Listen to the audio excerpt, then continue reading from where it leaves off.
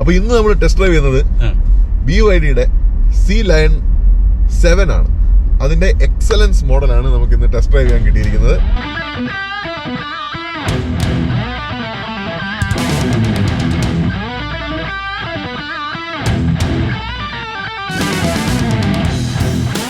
ഇത് നമ്മൾ പറഞ്ഞ പോലെ BYD C-Lion 7 എക്സലൻസ് മോഡലാണ്.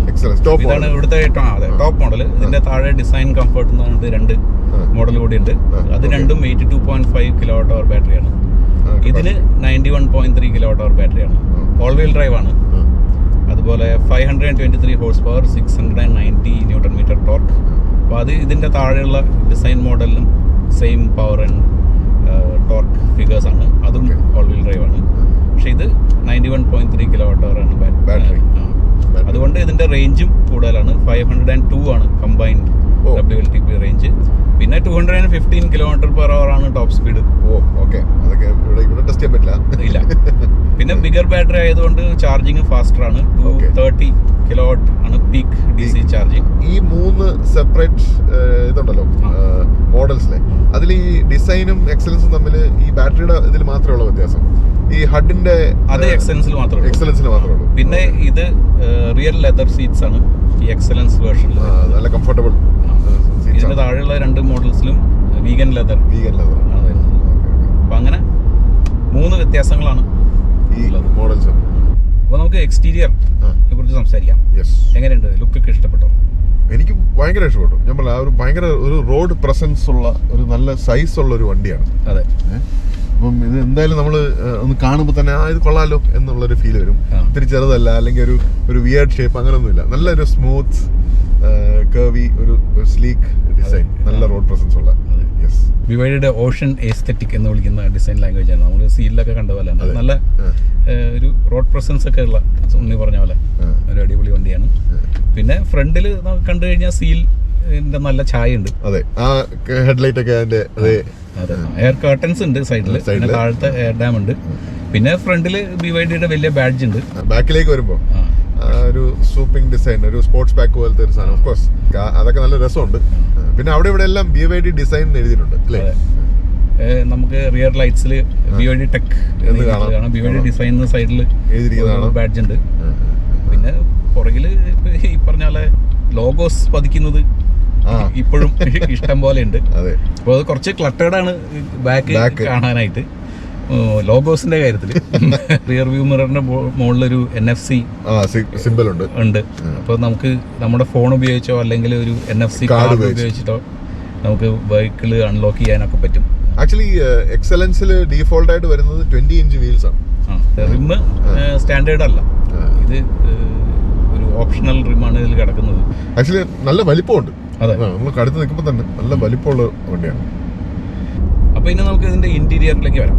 ഇന്റീരിയർ ഫീച്ചേഴ്സ് ആക്ച്വലി ഭയങ്കര ഹൈ ക്വാളിറ്റി. അതെന്ന് പറഞ്ഞാൽ എല്ലായിടത്തും നല്ല ലെതർ. ഇതിപ്പോ എക്സലൻസ് ആണ്, ഇന്റീരിയർ ലെതർ ആണെന്ന് പറയാം. സീറ്റ് ആയിരിക്കും ലെതർ, പക്ഷെ എവിടെ ടച്ച് ചെയ്താലും ഒരു ക്വാളിറ്റി ഉണ്ട്. എനിക്കൊന്ന് ഇവിടെ 1-2 സ്ഥലത്ത് മാത്രമേ ഉള്ളൂ ഒരു പ്ലാസ്റ്റിക്. ഇത് ഒരു സോഫ്റ്റ് മെറ്റീരിയൽ ആണ്. അതെ, ഇത് സോഫ്റ്റ് അല്ല, പക്ഷെ ഒരു മെറ്റാലിക് രസമുള്ള ഒരു ഡിസൈൻ എലമെന്റ്. പക്ഷെ ഈ പാസഞ്ചർ സീറ്റിന്റെ അവിടെ ഒരു LED ഒരു പാറ്റേൺ ഡിസ്പ്ലേ. ഇത് LED ഡിസ്പ്ലേ മാത്രമേ ഉള്ളൂ. ഇത് ഈ ആംബിയന്റ് ലൈറ്റിംഗിന്റെ ഭാഗമായിട്ട് വരുന്ന സംഭവമാണ്. പക്ഷെ ഇത് കണ്ടപ്പോ എനിക്ക് തോന്നിയത് നമ്മുടെ മെർസിഡീസിന്റെ ഹൈപ്പർ സ്ക്രീൻ എന്ന് പറഞ്ഞ ഒരറ്റം തൊട്ട് അറ്റം വരെ ഒരു ഒരു ഷേപ്പ് ഉണ്ട് ഇതിന്. അത്രയും വലിപ്പം ഇല്ലെങ്കിലും നീളം, ഫുൾ ലെങ്ത്തും ആ ഒരു ഷേപ്പ് എനിക്ക് അതേപോലെയാണ് തോന്നുന്നത്. പിന്നെ ഓഫ് കോഴ്സ് ഇവരുടെ ഈ ഫീച്ചർ ഉണ്ട്. അത് മുട്ടി. ഞാൻ വിചാരിച്ചു ആക്ച്വലി ഇത് കേടായിരുന്നു, തിരിച്ചു വരുന്നില്ല.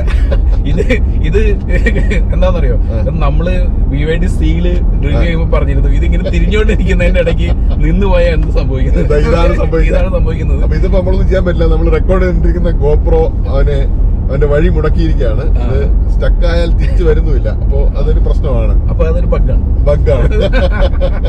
A few moments later. വന്നു. ആക്ച്വലി അത് സോൾവ് ആയിരിക്കുന്നു. അത് കൊള്ളാം. അപ്പൊ ഞങ്ങൾക്ക് ഇഷ്ടപ്പെട്ടത്. ഇതിന് മുമ്പ് നമ്മൾ പണ്ട് റിവ്യൂ ചെയ്തിരുന്ന Kia EV6 ഇതിൽ നമ്മൾ പറഞ്ഞിരുന്നു അതിന്റെ കാരണം അത് കറക്റ്റ് ലൊക്കേഷൻ ഇവിടെ ആയിരുന്നു. പക്ഷെ ഞാനത് ഇപ്പൊ മാറ്റിയിരിക്കുകയാണ്. കാരണം ഇത് കൈ കറക്റ്റ് ആയിട്ട് ഇവിടെ വെക്കുന്ന രീതിയിലുള്ള ഒരു ചാർജിങ്. ഇവിടെ ഒരു ചെറിയ നമുക്ക് നോക്കിയാൽ കാണുകയും ചെയ്യാം ഒരു വെന്റ് പോലെ, AC വെന്റ് പോലെ ഒരു സാധനം ഇവിടെ അടിയിൽ വന്നു. അത് കൂളിംഗ് വരുന്നുണ്ട്. ആക്ച്വലി നമുക്ക് ഇവിടെ കൈ വെച്ചൊക്കെ അറിയാം, നേരത്തെ കാറ്റ് വരുന്നുണ്ട്. ഒറ്റ ഇത് വയർലെസ് ചാർജിങ് അല്ല, അത് വയർലെസ് ചാർജിങ് അല്ല. പക്ഷെ ഇവിടെ വയർലെസ് ചാർജിങ് ഉണ്ട്. അവിടെ ആക്ച്വലി ഒരു എയർ വെന്റ് ഉണ്ട്. അവിടെ കൈ നമ്മൾ പിടിച്ചു കഴിഞ്ഞാൽ അവിടെ നല്ല തണുത്ത കാറ്റ് വരുന്നത് അറിയാം, കാരണം ബാറ്ററി കൂടുതൽ ചൂടാവാതിരിക്കും. അതും 50 വാട്ട് ചാർജിങ് അല്ലേ. പിന്നെ ഇവിടെ ഡ്രൈവ് സെലക്ടർ ഉണ്ട്, ഫാൻ കൺട്രോൾ ഉണ്ട്, പിന്നെ വിൻസ്ക്രീൻ ഹീറ്റിംഗിന്റെ കൺട്രോൾ ഉണ്ട്. ആക്ച്വലി മോഡ്സ്, ഡ്രൈവിംഗ് മോഡ്സ് ഇവിടെ തന്നെ ഉണ്ട്. അതൊരു ഭയങ്കര അഡ്വാൻറ്റേജ് ആണ്. നമ്മൾ പലപ്പോഴും പല മെനുവിക്കകത്തൊക്കെ പോയി വേണം കണ്ടുപിടിക്കാൻ. ഇതൊരു നമ്മുടെ ഒരു സാധാരണ ഇങ്ങനെ സ്പോർട്സ് കാറിനാണ് വളരെ എവിഡന്റ് ആയിട്ട് ഒരു മോഡ് നമ്മൾ പുറത്ത് കാണുന്നത്. അപ്പൊ അതുപോലെ ഉണ്ട് ഇവിടെ. പിന്നെ ഇവിടെ ഉള്ളത് റീജനറേറ്റീവ് ബ്രേക്കിംഗ് കൺട്രോൾ, അതിന്റെ കൺട്രോൾ ഇവിടെ തന്നെ. പിന്നെ അതിന്റെ അപ്പുറത്ത് എന്തായിരുന്നു start and stop button. Start and stop button സാറിന് ഇവിടെയൊക്കെ കൊടുക്കുന്നതിന് പകരം കൈ എത്തുന്ന ഒരു സ്ഥലത്താണ് തന്നിരിക്കുന്നത്. പിന്നെ ഇവിടെ കപ്പ് ഹോൾഡർ ഉണ്ട്. അത് ആക്ച്വലി കപ്പ് വെച്ചാലേ പറ്റുള്ളൂ. ഇത് ആക്ച്വലി നീങ്ങുന്നുണ്ട്. ഇത് അഡ്ജസ്റ്റബിൾ കപ്പ് ഹോൾഡേഴ്സ് ആണ്. താഴോട്ട് വെച്ച് കഴിഞ്ഞാൽ അകത്തോട്ട് തള്ളി വെക്കാം. എന്നിട്ട് അത് ഞെക്കി കഴിഞ്ഞാൽ അത് മേളിലേക്ക് കയറി വരികയും ചെയ്യും. പിന്നെ ഇവിടെ ഒരു സ്റ്റോറേജ് ഏരിയ ഉണ്ട്, 12 വോൾട്ട് സോക്കറ്റ് ഉണ്ട്, പിന്നെ USB-C. അതെ, അടിയിൽ നല്ലൊരു സ്റ്റോറേജ് സ്പേസ് കൊടുത്തിട്ടുണ്ട് അവര്. പിന്നെ ഇവിടെ ഉണ്ട് സ്റ്റോറേജ് സ്പേസ്. അത് ഭയങ്കര ഡീപ്പാണ്. കൈയിട്ട് നോക്കി, അത്യാവശ്യം ഡീപ്പാണ്. പക്ഷെ ഇതിനകത്ത് ചാർജിങ് ഒന്നും കൊടുത്തിട്ടില്ല. എനിക്ക് അടിപൊളിയായിട്ട് ഫീൽ ചെയ്തൊരു സാധനമുണ്ട്. അതായത് നമ്മുടെ ഈ ഡോറിന്റെ ഓപ്പണിങ്, ഇത് ഒരു ഭയങ്കര വലിയ ഫ്ലാപ്പാണ്. പക്ഷേ ആ ഡോറിന്റെ ആ ഒരു എസ്തെറ്റിക്സിലെ ഡിസൈനിലേക്ക് തന്നെ അതിങ്ങനെ ചേർന്നിരിക്കുകയാണ്. അത് ഇവിടെ കാണുന്ന മെറ്റൽ ഡിസൈൻ ഡോറിലേക്കും കൂടെ കണ്ടിന്യൂ ചെയ്തിട്ടുണ്ട്. ഡോറിന്റെ ടോപ്പും സോഫ്റ്റ് ടച്ച് ആണ്. നമ്മള് കൈവയ്ക്കുന്ന ആം റെസ്റ്റിന്റെ അവിടെയും നല്ല സോഫ്റ്റ് ടച്ച് ആണ്. ആക്ച്വലി ആം റെസ്റ്റ് മാത്രമല്ല, ഇതിന്റെ ഈ ഡോർ പാഡും മൊത്തത്തില് ഒരു ഹൈ ക്വാളിറ്റി എന്ന് പറയാവുന്ന ഇന്റീരിയർ ആണ് ശരിക്കും. പിന്നെ ഫുള്ളി ഇലക്ട്രോണിക്കലി അഡ്ജസ്റ്റബിൾ സീറ്റ്സ് ആണ്. പിന്നെ സ്റ്റിയറിംഗിലുള്ള ബട്ടൺസ് ആക്ച്വലി സ്റ്റിയറിംഗ് ഒരു സ്പോർട്സ് സ്റ്റൈലില് താഴെ ഒരു സ്ക്വയർ ബോട്ടം ഉള്ളതാണ്.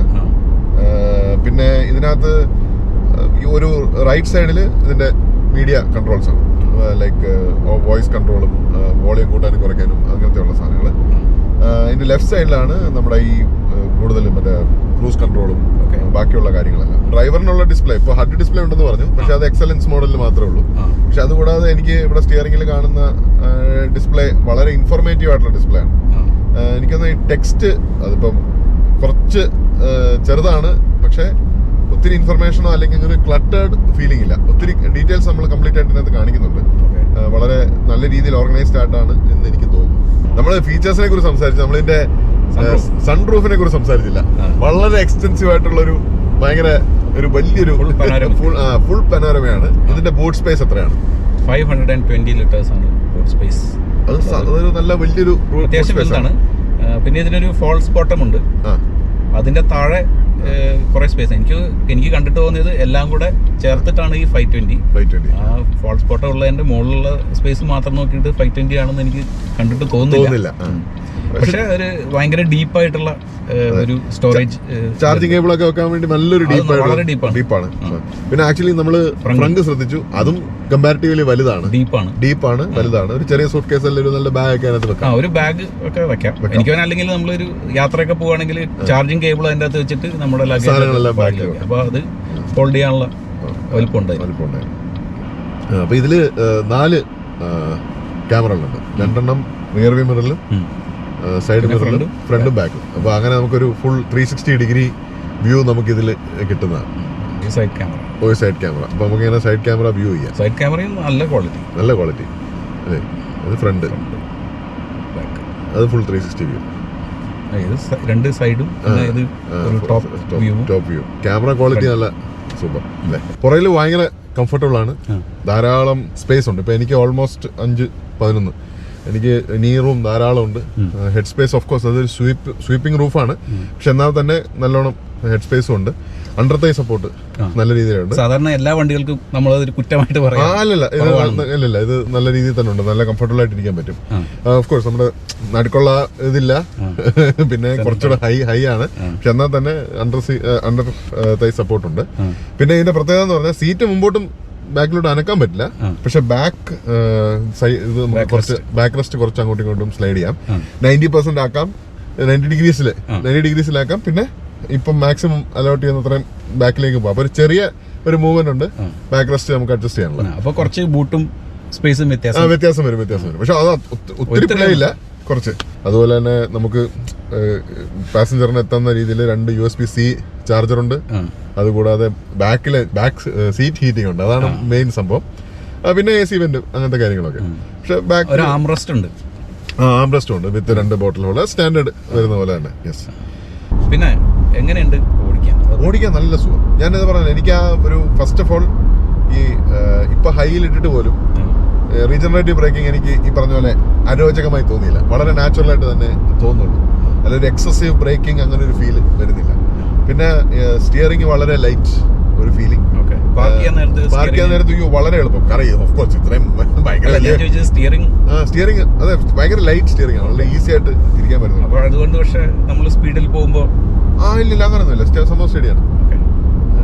അങ്ങനെ എനിക്കൊരു വളരെ എന്താ പറയുന്നത് ഒരു എഫേർട്ട് എടുക്കുന്നില്ല ഒന്നിനും. എന്ന് പറഞ്ഞാൽ ഞാനത് നോട്ടീസ് ചെയ്തേ ഇല്ല. അപ്പൊ അത് നല്ലൊരു ഫീച്ചർ, നല്ലൊരു കാര്യമായിട്ട് തന്നെ എനിക്ക് തോന്നുന്നു. എനിക്ക് സീറ്റിംഗ് ഭയങ്കരമായിട്ട് ഇഷ്ടപ്പെട്ടു. ഭയങ്കര കംഫർട്ടബിൾ സീറ്റ്സ് ആണ്. എല്ലാത്തരം അഡ്ജസ്റ്റ്മെന്റ്സും ഉള്ളത് കൊണ്ടും കൂടെ ആവാം. കൺട്രോൾസ് ഉണ്ട്, പിന്നെ ലംബാർ സപ്പോർട്ട് ഉണ്ട്.